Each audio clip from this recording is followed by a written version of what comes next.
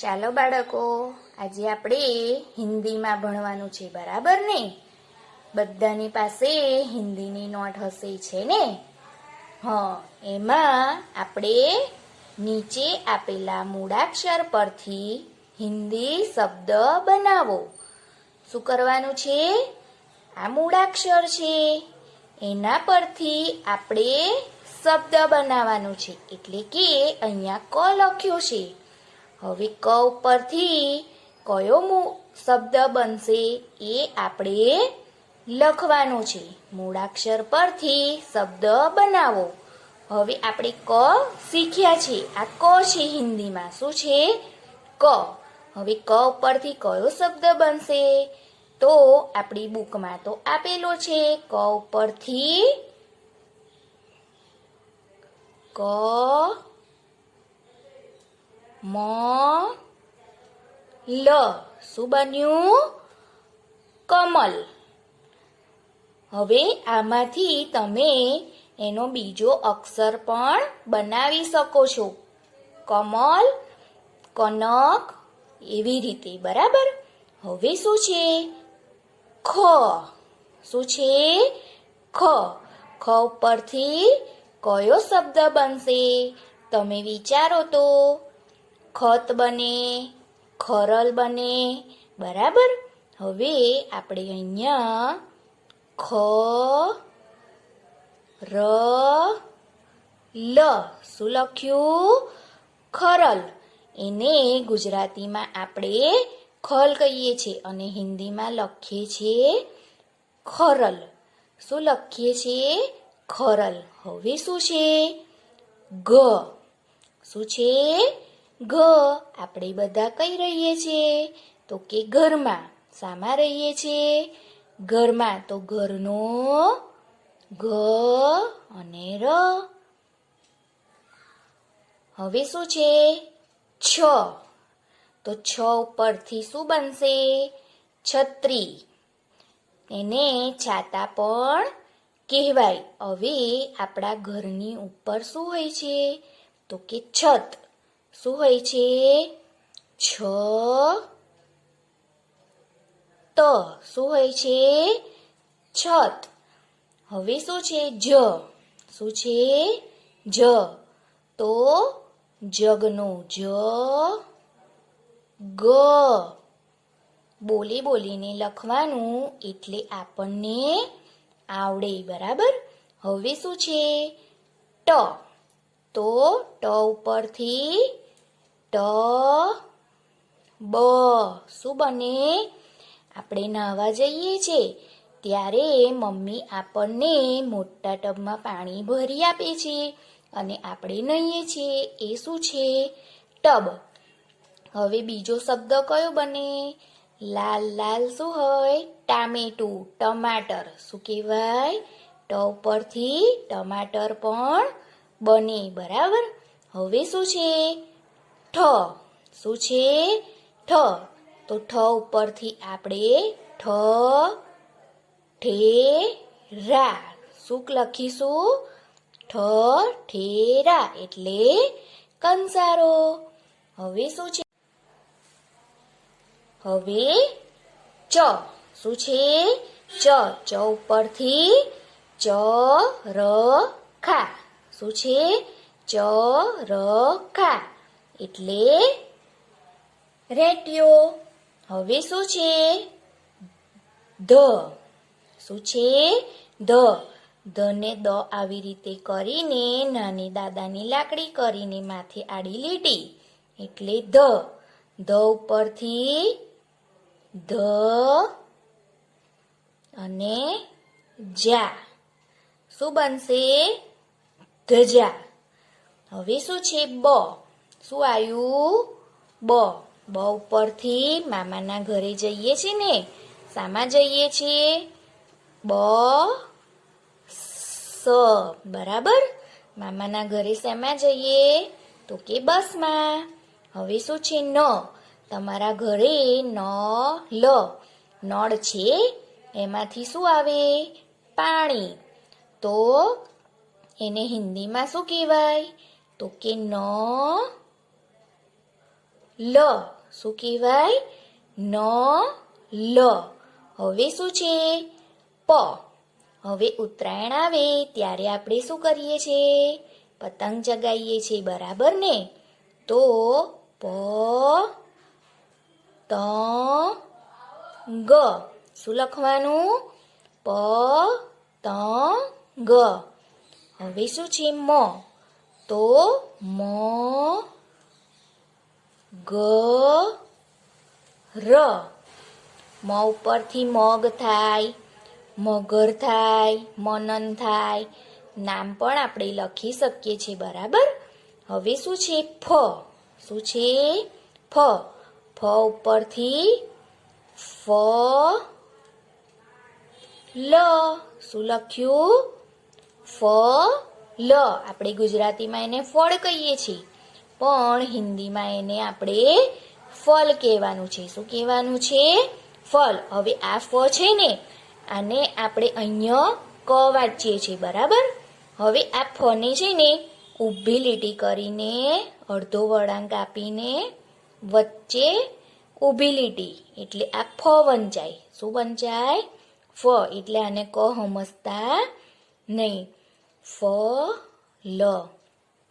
હવે આપણે બીજું જોઈશું. સરખા હિન્દી મૂળાક્ષરો લીટી દોરીને જોડો. શું કે છે? સરખા મૂળાક્ષર હોય એને લીટી દોરીને જોડવાના છે. અહીંયા આપણને મૂળાક્ષર આપ્યા છે અને એની સામે એવો મૂળાક્ષર શોધીને એની જોડ કરવાની છે. શું કરવાનું છે? તો કે જોડ કરવાની છે. હવે શું છે? અહીંયા જુઓ તો પ. હવે આ લાઈનમાં એવો જ મૂળાક્ષર બીજો ક્યાં છે તે આપણે શોધવાનો છે અને તેને જોડ કરવાની છે. હવે આ શું છે? ધ, ફ, પ. આવ્યો પ? તો પને પની જોડ કરવાની છે, બરાબર? હવે શું છે? ન. તો ધ, ફ, પ, ન. કઈ છે ન? છેલ્લે. તો ન ને નની જોડ કરવાની છે, બરાબર? હવે શું છે? ધ. તો અહીંયા પહેલો જ આપ્યો છે, તો ધ ને ધની જોડ કરી, બરાબર? હવે શું છે? ફ. શું છે? ફ. તો બીજો ફ ક્યાં છે? શોધો તો આવી રહ્યો, બરાબર ને? ફ ને ફની ભાઈબંધી કરવાની છે. હવે શું છે બાજુમાં? મ. શું છે? મ. એના નીચે બ, પછી ભ અને ય. હવે સામે મૂળાક્ષર આપ્યા છે એમાંથી શોધીને એની આપણે જોડ કરવાની છે. શું કરવાનું છે? જોડ. કઈ છે? અહીંયા મ શુદ્ધ શુદ્ધ શુદ્ધ ય મ આવી રહ્યો. તો મને મની જોડ કરવાની છે. હવે શું છે? બ. તો અહીંયા બ શોધવાનું છે અને એની જોડ કરવાની છે. આવી રહ્યો. તો એની જોડ કરીશું, બરાબર? હવે શું છે? તો કે ભ. હવે આ લાઈનમાં ભ ક્યાં છે? આ ય છે, આ મ, બ અને ભ. તો ભ ને ભની જોડ કરવાની છે. હવે શું છે? તો કે ય. બીજો ય ક્યાં છે? તો પહેલો જ છે, તો આપણે એની જોડ કરી દઈશું. આ તમારી બુક્સમાં પણ છે જોડ, એટલે એ પણ તમારે જોડવાની છે, બરાબર? લીટી દોરીને જોડવાના છે. અહીંયા આપણને મૂળાક્ષરો આપ્યા છે અને એની સામે ચિત્રો આપ્યા છે. શું આપ્યું છે? ચિત્રો. તો એની સાથે જોડવાના છે. શું કરવાનું છે? જોડ બનાવવાની છે. તો અહીંયા આપણને ધ આપ્યો છે, ન, પ અને ફ. આટલા મૂળાક્ષરો આપ્યા છે. એની સામે આપણને અહીંયા ચિત્રો આપ્યા છે. તો આપણે એની જોડ બનાવવાની છે. શું કરવાનું છે? જોડ. હવે આ શું લખ્યું છે? તો કે ધ. શું છે? ધ. તો આ લાઈનમાં આપણે ધ થી બનતું ચિત્ર શોધવાનું છે. તો ધ થી શું બનશે? ધજા. શું બનશે? ધજા. તો એની જોડ કરવાની. શું કરવાનું છે? જોડ કરવાની છે. બરાબર. હવે શું છે? ન. તો હમણાં ન ઉપરથી આપણે કયો શબ્દ બનાવ્યો? તો કે નલ. તો ન ઉપરથી નલ કઈ છે? તો એની સાથે આપણે જોડવાનું છે. આ શું છે?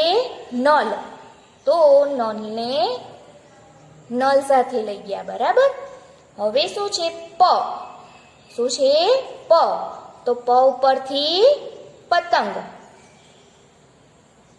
આપણે પતંગ સાથે લઈ ગયા. હવે શું છે? ફ. તો ફને ફલ સાથે લઈ જઈશું. હવે શું છે? જુઓ તો બ. શું છે? બ. પછી ભ. અહીંયા મ અને ય. તો બ ઉપરથી કયું ચિત્ર આમાંથી આવશે? આ તો યતી બાવાનું છે. આ મગર છે. આ બસ છે. તો આપણે બને બસ સાથે લઈ જઈશું. હવે શું છે? ભ. ભ ઉપરથી ભગત. શું છે? ભગત. હવે શું આવ્યું? મ. તો મને મગર સાથે લઈ જઈશું. કોના સાથે? મગર સાથે. આ શું છે? ય. તો યને યતી બાવા પાસે લઈ જઈશું. કોના પાસે? યતી બાવા પાસે. હવે આપણે ધ, ફ અને ય અક્ષરો શોધી તેના ઉપર ગોળ કરો. શું કે છે? અહીંયા ધ્યાનથી જોવાનું છે. લખેલા હોય એ જ અક્ષર શોધવાના છે અને એના ઉપર ગોળ કરવાનું છે. અહીંયા ધ છે. એક જ લીટી આપણને આપી છે. એમાં આપણે 3 મૂળાક્ષરો શોધવાના છે. કેટલા? 3. તો આ પહેલો શું છે? તો કે ધ. તો આ લાઈનમાં આપણે ધ ક્યાં છે એ શોધીએ. તો અહીંયા પહેલો જ આપ્યો છે. તો એના ઉપર ગોળ કરવાનું છે. બરાબર. હવે શું છે? તો કે ફ. શું છે? ફ. હવે આ લાઈનમાં આપણે ફ શોધીશું. છે અહીંયા ધ, આ ન, પ અને ફ. તો એ ફ ઉપર આપણે ગોળ કરીશું. અને ય. તો ય કઈ છે? શોધો તો. આ તો ધ છે, ન, પ, ફ, મ, બ, ભ અને ય. તો આપણે આ ય ઉપર ગોળ કરીશું. શું કરીશું? ગોળ. બરાબર. આપણને 3 મૂળાક્ષરો શોધવાનું કહ્યું હતું. તો થઈ ગયા 3. જુઓ તો 1, 2, 3 શોધાઈ ગયા. બરાબર ને? હવે હિન્દી મૂળાક્ષરોમાં ખૂટતો અક્ષર લખો. શું કે છે?